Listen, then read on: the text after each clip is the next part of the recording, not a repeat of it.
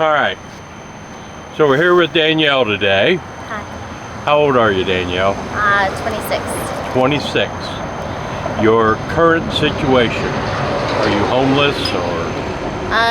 Technically I am. As of right now, I have a slightly stable place to stay so that way I'm not out on the streets at night and everything. Oh, okay. But it's not 100% secure, so really at any moment, I guess, I could be, on the streets or trying to find Have you somewhere. been homeless actually on the streets before? Yes. Honestly, I never thought I'd end up in this situation in my life. Right. But usually I have somewhere to go, but there's been quite a few nights where I haven't, so. Are you from Wheeling originally?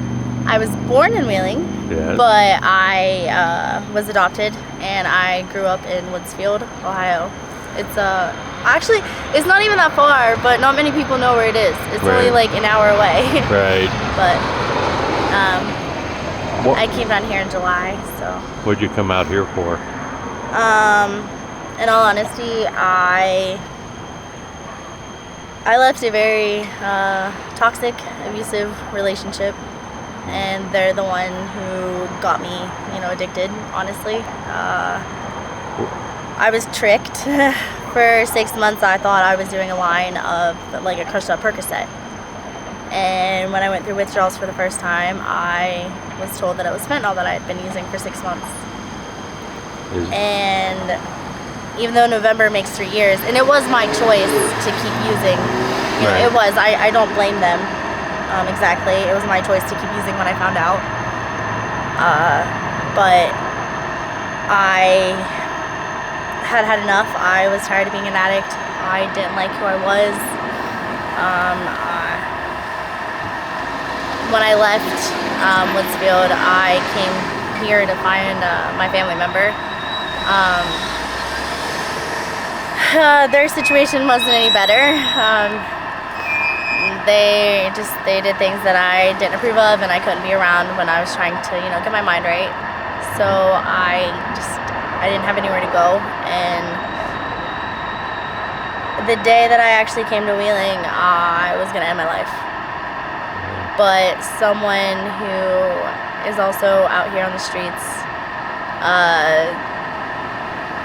found me, and even though I said I was alright, they knew that I wasn't, and they're the ones who helped me out, I guess, in a way, and Right. introduced me to this life in a way, and I feel that they saved me. I mean, yeah, this might not be ideal, but Well, you're around. it's better than not being alive. Right.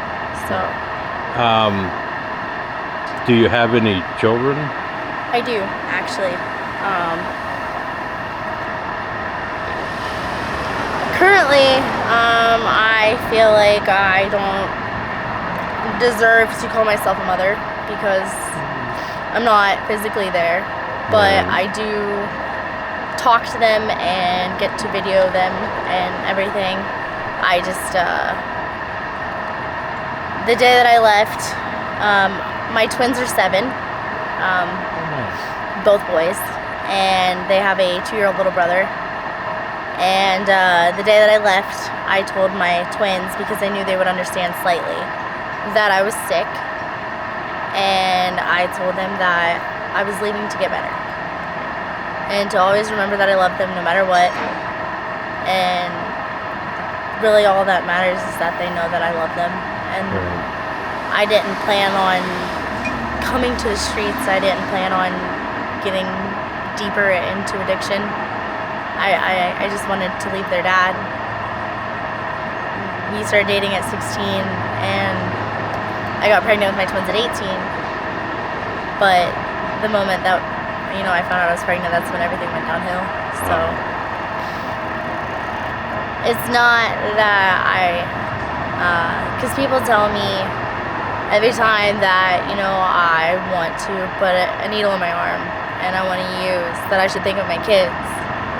But the thing is, though, is that the reason why I had been using more is because of the fact that even though deep down I know that my boys need me and they want me. My mind has me believing that they're happy, they're safe where I left them. Who has them? I do have full custody of them. I've never had CPS involved or them taken or anything, but just because of everything, I left them with their grandparents, which would be their dad's mom and dad. Your dad. So, and he wasn't a good partner with we had issues and everything, but he is a good dad, and he loves them, and as long as no one causes them harm, I believe children need all the love they can get. So that's why I can't bring myself to go visit them just yet, because I know I'm not strong enough. I mean, no one's ever caused them harm, but just because they haven't had any physical doesn't mean that them being able to see me and then me having to leave, it would just cause us all emotional. Right. So I want to completely get my stuff together before I can start coming back. Are there other family members you're in contact with that can or will help? My mom's an addict too. She lost me when I was 3 because of addiction. That's why I said my entire life that I would never use. And, deep down, I always felt like I was gonna, end up just like her, I guess. But not like her because, I didn't understand. And I never understood until, going through it myself, what it's like to be an addict and to lose your child. But I am trying to get sober, and I have been doing a lot better. I'm going from using, 6 to 7 times a day to using maybe 3 times a week now, because I need to, I can't just stop cold turkey. I know a lot of people can, and I'm proud of people who can do that, and I always support sobriety, but mentally and stuff, I'm not strong enough to just stop. Are you with a support group, or no? You're just out here by yourself and you're just doing it. But the person that I live with, they're letting me stay there for the sake that they're helping me get sober. Right. My boyfriend, it's his brother actually. Even though we hadn't been together that long,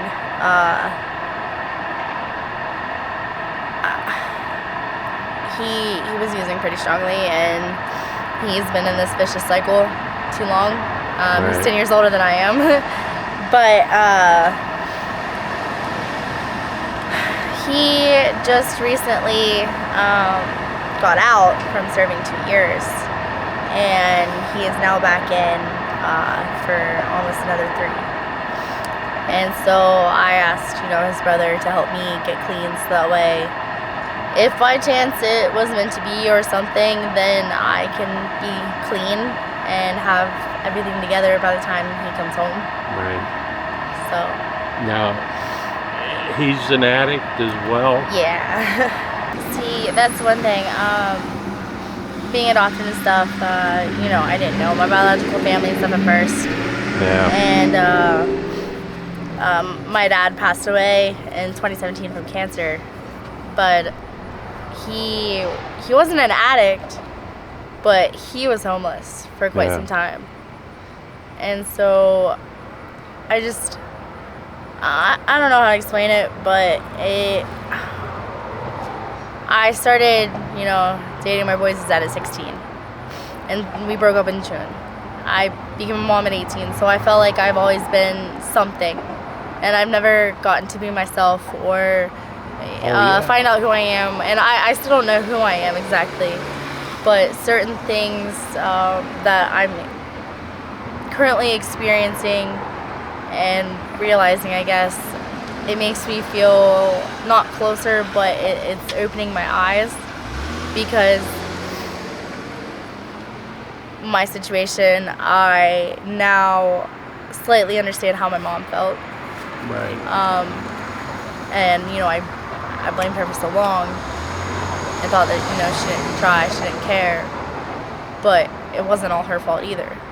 Yes, she could have tried harder. Right. And she still could, but I guess I've never told her that, you know, I understand. And I feel like I do owe her an apology. She lives local, very local. You can ask a lot of people around here, and I'm one of the good ones. And I, you know, no matter what someone does, I always give them more chances. And Right. I always feel like if someone stole something from me, that, you know what, yes, I'm very angry because, you know, either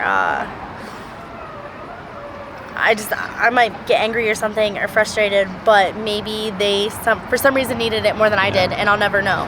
A lot of people, I'm not gonna lie, there's a lot of there's a few of us out here, we've become a street family. That's what we Right. say.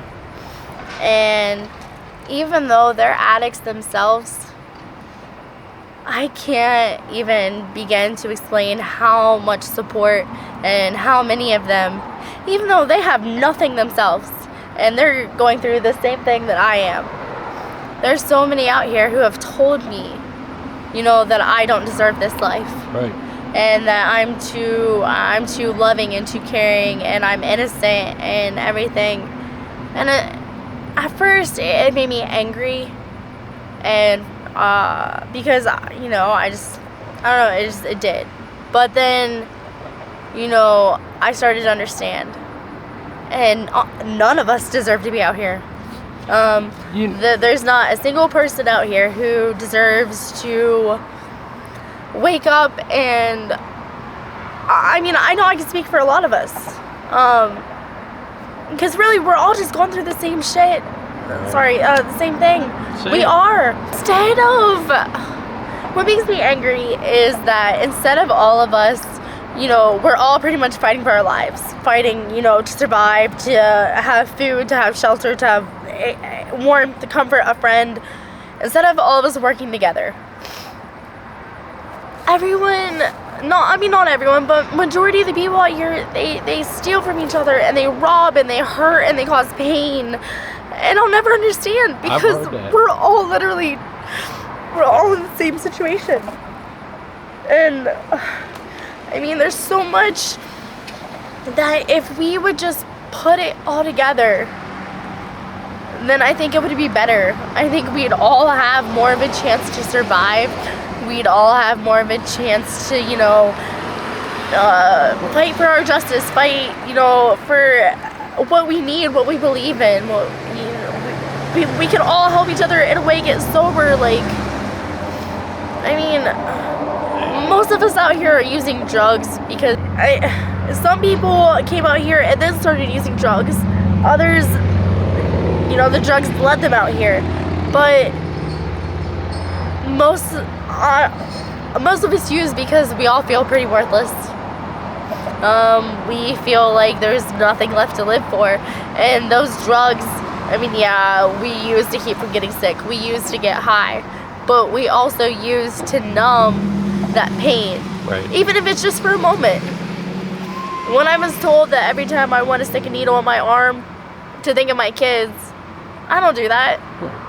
I mean, fuck, I literally choose to use, I mean, honestly, I mainly use for chronic pain, but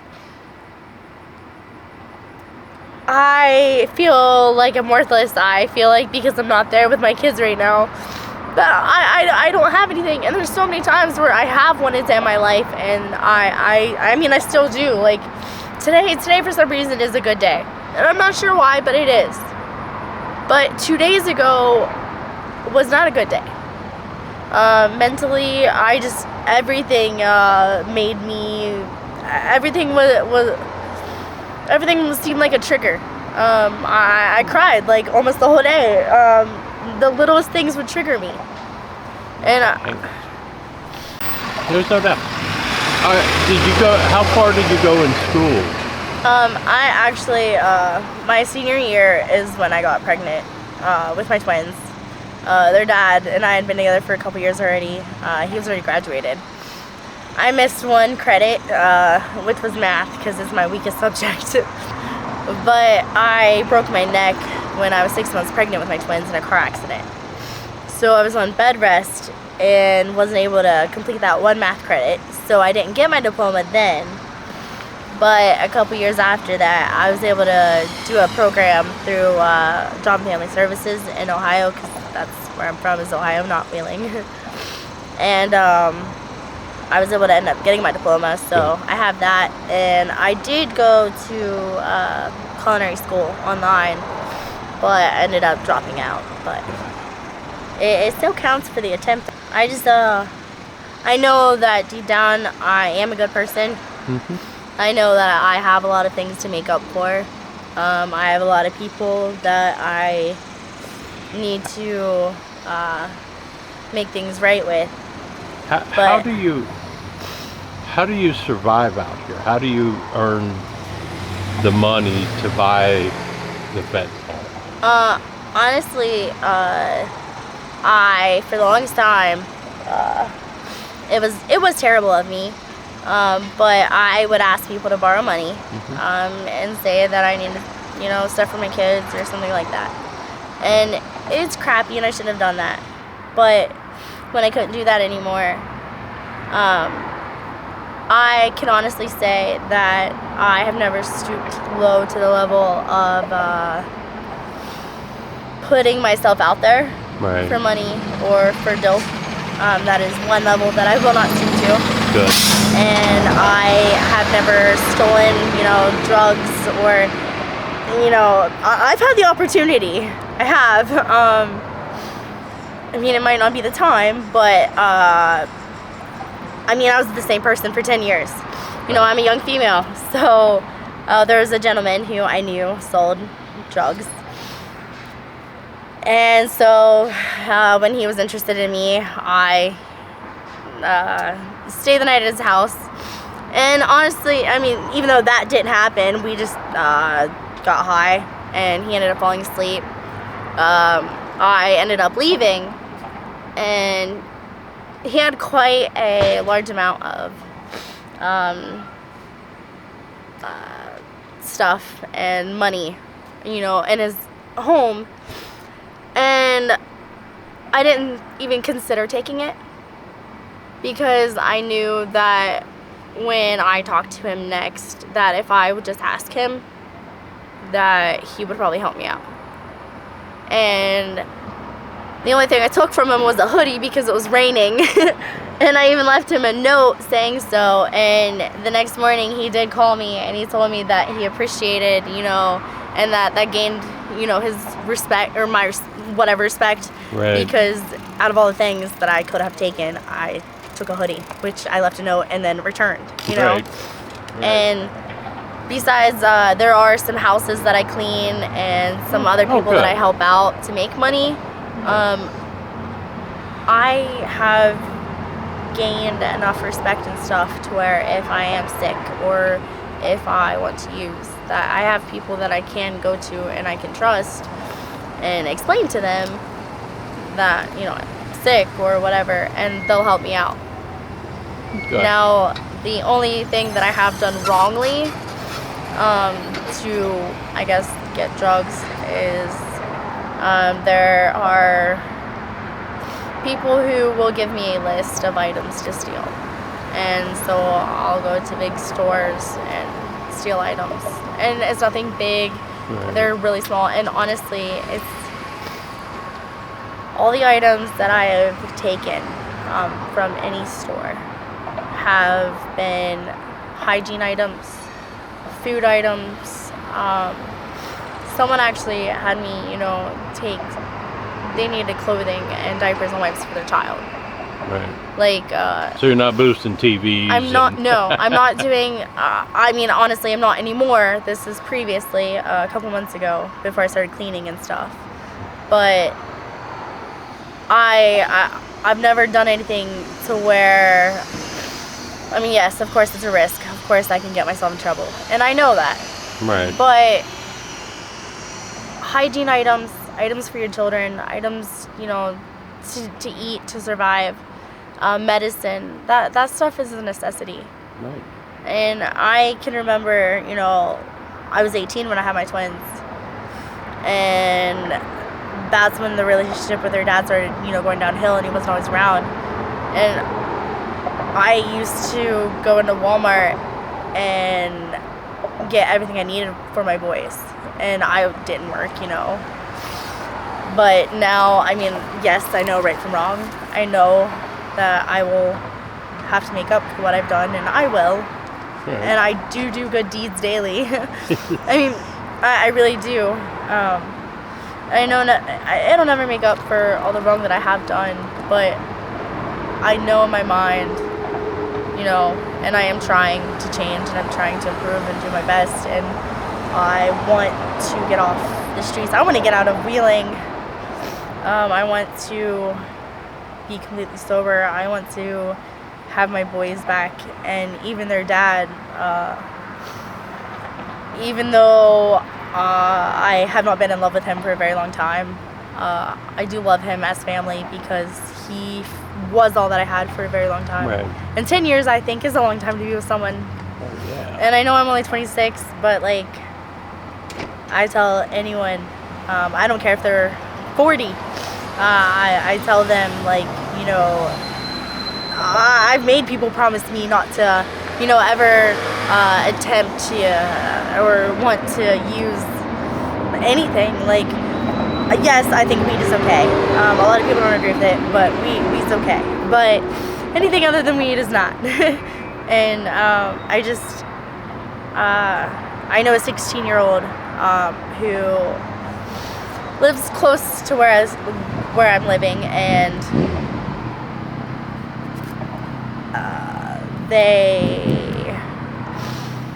their surroundings are not what they should be. Right. And it's not their own parent. It's the lack of parenting that allows the 16-year-old to do whatever they want. Therefore, they're going to end up probably becoming an addict at some point in their life. And I can tell, I can see that. And so I've slowly started getting, not close, but I'm putting myself in their surroundings so I can observe a little bit more and see where the influence is coming from, because I want to make a difference in this one person's life. Because Good. even if I'm struggling to improve mine and change my life, if I can just make the smallest difference in someone else's to keep them from harming themselves or harming someone else, or from ending up on the streets, or, you know, anything, I want to help. I've never had freedom. Yeah. And I know this is really selfish of me, but even though I'm in the process of getting sober, and even though I do feel guilty that I'm not with my boys, I also feel like I do deserve this little bit of freedom to have fun. Just because I'm an addict, I mean, I have friends, honestly, I don't even know if I have friends here. I have acquaintances, but you don't know who you can trust.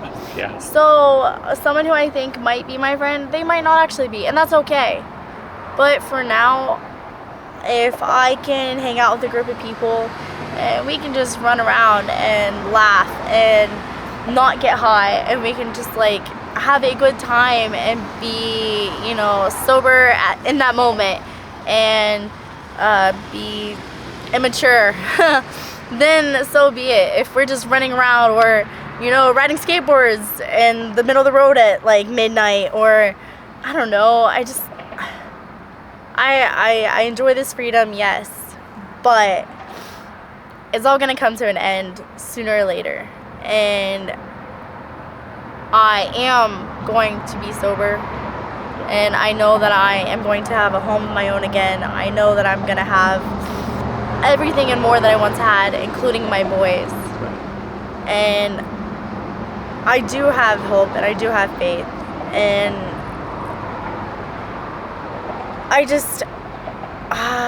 I'm just taking it day by day.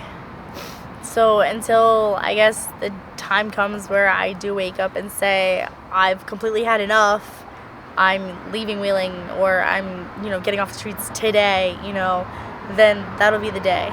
But until then, I'm just gonna do what I gotta do. And when was the last time you did fentanyl? To be honest, I would say today's Tuesday. Would have been Saturday night. Have you ever OD'd on it? November makes 3 years of using.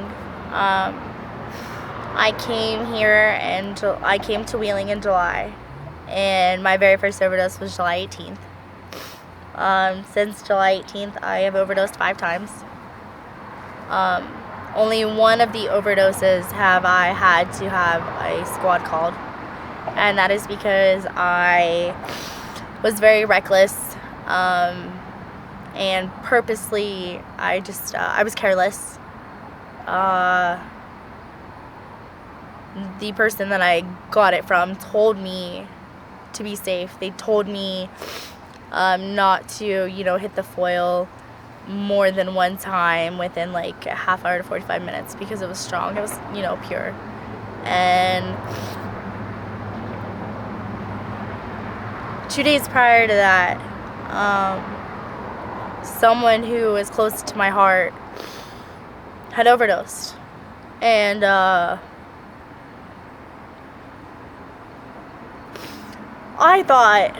everyone thought that he passed away. But until I spoke to his mom after my overdose, so I found out that he was revived, in the ambulance and everything, so he survived and everything. But I blame myself because I was the one who gave it to him. I was the one who gave him, the dope. And I've only told one person that. And I blamed myself for so long, and I hated myself. And so when I thought that he was dead, I didn't care if I was dead or alive anymore, because I felt like I took someone else's life, someone's life that mattered so much to me, and he still matters a lot to me. He's one of my best friends. And since, this has happened, this was about a month and a half ago, and I did just see him previously. Recently, I've seen him a few times, actually. And I told him, he heard about my overdose, and I told him that I felt like it was my fault because I had given him this stuff, and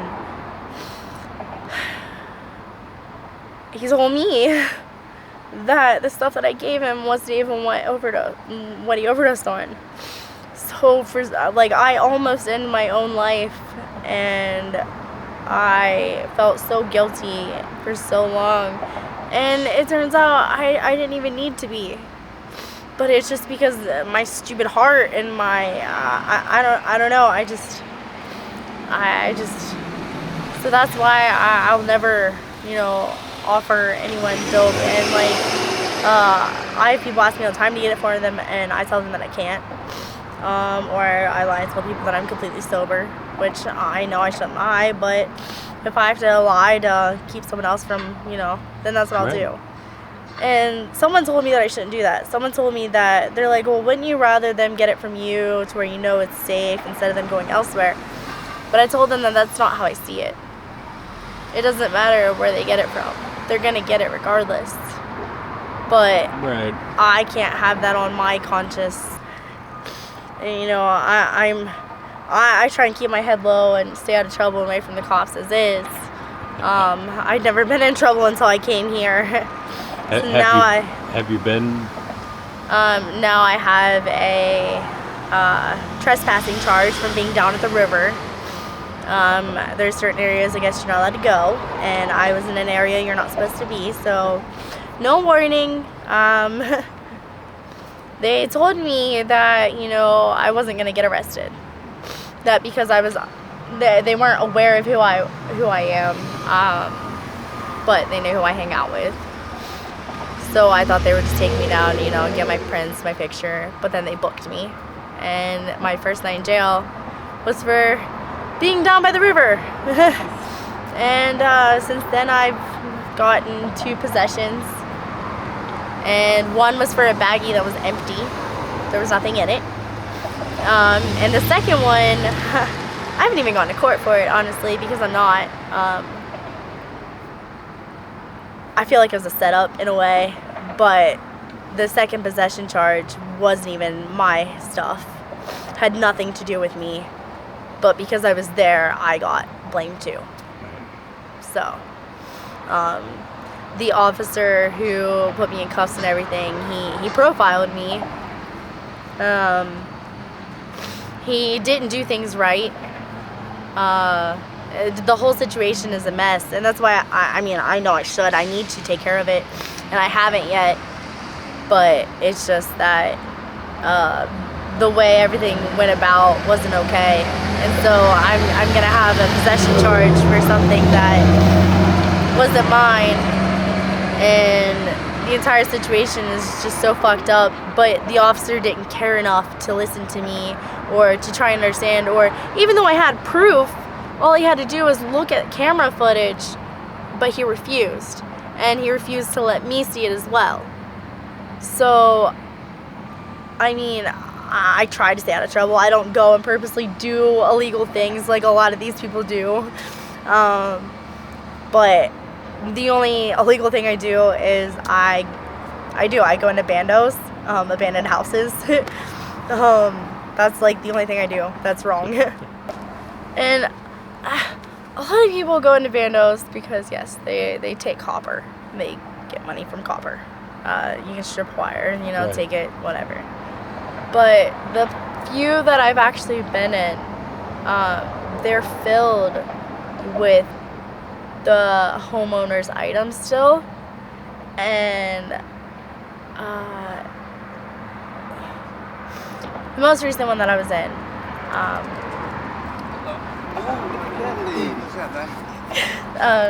the most recent one that I was in, you can tell that the lady lived a very long, fulfilling, loving life, and she had family that loved her. She was definitely a cat owner, and she was religious. She loved Easter, and it makes me think about how one day I want to be there. I want to have my own home, and I want to have all my boys' memories and cats and dogs, and can't have any more kids. I got myself fixed, thankfully. But I hope my boys, like, I want to get my stuff together so that way I can, because I am still young. I'm actually one of the youngest ones out here. Right. There's only 2 or 3 that are actually younger than I am, and the youngest is 18, and I'm close with him. He's like family. But there's not many of us younger. A lot of people might look at me and, like from my hometown, a lot of people might think that I chose to become an addict and that I left my kids and I'm choosing drugs over them. But I know the truth, and that's all that matters. I chose because I was mentally unstable and I didn't want to be an addict anymore. And I didn't, you know, plan on becoming an addict. But to me, all that matters is that I am still in contact with my boys. I talk to them, I video them. My boys know that I love them. And honestly, I know that I'll get them back, and I know that I'll overcome all of this. And even though I might fall down a few times, my boys are what I get up for. Yeah. My last overdose, when I came to and realized what happened, my boys were my first thought. Yeah. They were. And as much as I would love, not love, but as much as it would be maybe the coward's way, or the easy way to just end my life because all the pain and all the suffering would be gone, it wouldn't be worth it, because all this pain that I'm feeling and the misery, this is my constant reminder to what it was like to wake up and not be dope sick, to wake up and have my boys screaming and wanting breakfast, and cooking with them in the kitchen and making memories and everything with them. So that's what I plan on getting back to. Do you have any social media you want to share? Do you mind if I put this on YouTube? No, that's fine. You know, that's yeah.